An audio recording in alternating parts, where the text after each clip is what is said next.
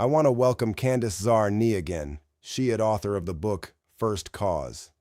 Candace, let's look at the painfully relatable example of how the third pain point symptoms manifest in daily life. And that level of profound misalignment leads directly to the third symptom, the hollow vacation. The hollow vacation is the ultimate, undeniable proof that the problem you are facing isn't your environment. The problem is internal. It destroys the illusion of the geography cure completely. We all know the feeling, right? You're so burned out, so bone-tired, you think, I just need to get away. If I can just get out of this office, away from this house, I'll be fine. So you spend thousands of dollars, you fly to a pristine beach in Mexico or a beautiful historic in Europe. Yeah. The margarita doesn't fix it. The sunset doesn't fix it. Because the exhaustion you're feeling isn't the kind of physical fatigue that a nap or a change of scenery can fix, right? It is the deep structural depletion that comes from the vast distance between the life you are performing for everyone else and where you actually live inside yourself. You can fly to a beach, but you packed your disconnected self in your suitcase. You brought the crowded mind with you. Here's where it gets really interesting. And I want to stick with that engine analogy I mentioned earlier because the mechanics of it are so sound. Okay. If you're running an engine out of alignment, say the timing belt is off, or it's running on the wrong octane fuel, it might still go fast for a while, but the amount of fuel it burns to achieve that speed is astronomical. And the engine blocks are slowly tearing themselves apart from the friction. When you are living out of alignment, you're performing the performance of a life rather than actually living it. It takes a massive, continuous allocation of caloric and cognitive energy just to keep the performance going, just to keep the mask up. That is a perfect way to conceptualize it. In psychology, we talk about ego depletion and cognitive load, right? The energy isn't going into moving forward or creating anything new. It's going entirely into maintaining the friction of the performance. It's going into actively managing the massive gap between your true voice and the loud, demanding, borrowed voices, which is an incredibly inefficient way to operate a human nervous system. And if we connect this directly to you, the listener, think about how this subtle exhaustion shows up in your relationships. If you feel deeply lonely in a crowded room, maybe you're at a dinner party where everyone knows your name, they're laughing at your jokes, they admire your career, but you feel completely isolated. Or if you feel like a logistics partner in your marriage rather than a true, intimate partner. You're coordinating the kids' schedules, you're managing the mortgage, functioning like co-CEOs of a household, but you feel completely unseen. There is a devastating argument here. The reason you feel so unknown by others is because the version of you standing in the room isn't all of you, and it's the curated representative. It's a profound truth. You cannot be genuinely known by others if you're actively keeping vital, authentic parts of yourself hidden. Intimacy requires presence. And if your true self isn't present, intimacy is impossible.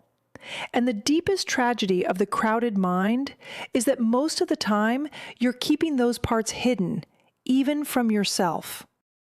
The loneliness you feel isn't a lack of other people.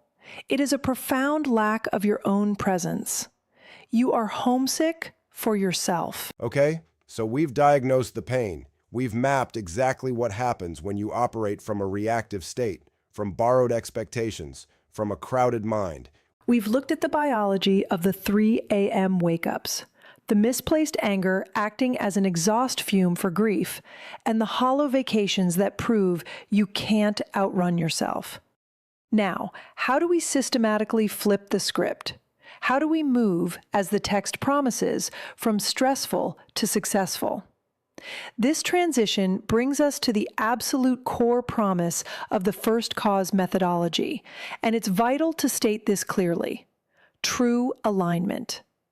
Accessing your own inner knowingness is not a lucky good day. It's not a fluke. It is an on-demand, highly repeatable skill, and when you master it, it functions not as a path to inner peace, but as a massive, tangible, competitive advantage in the real world. A competitive advantage, not a wellness retreat.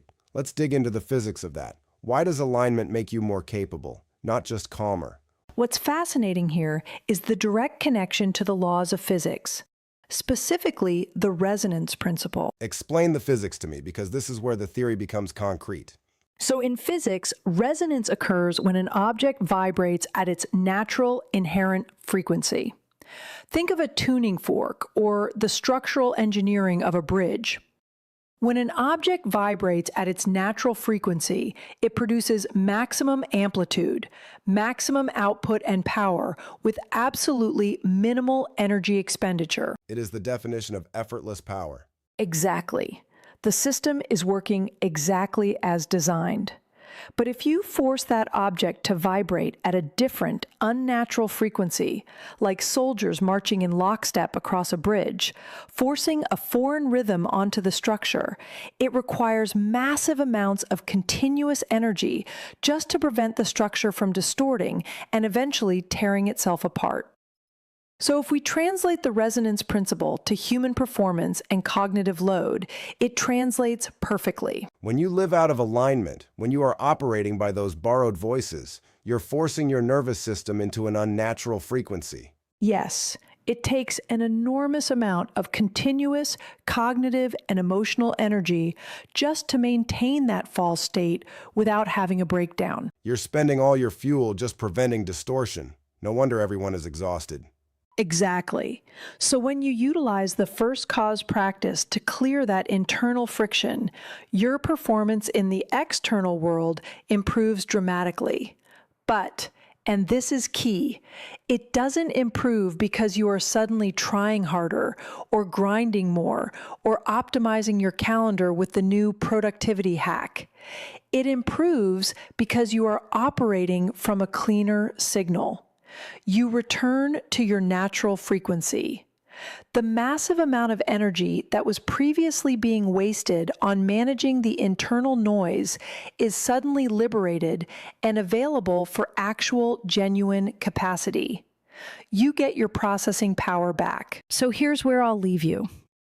Everything we talked about today starts with one thing: finding your own internal frequency. It's about getting back you actual, genuine capacity. That's why I developed a free 5-minute quiz that tells you exactly which reactive pattern runs you when the pressure hits. The one that's been costing you without you ever naming it.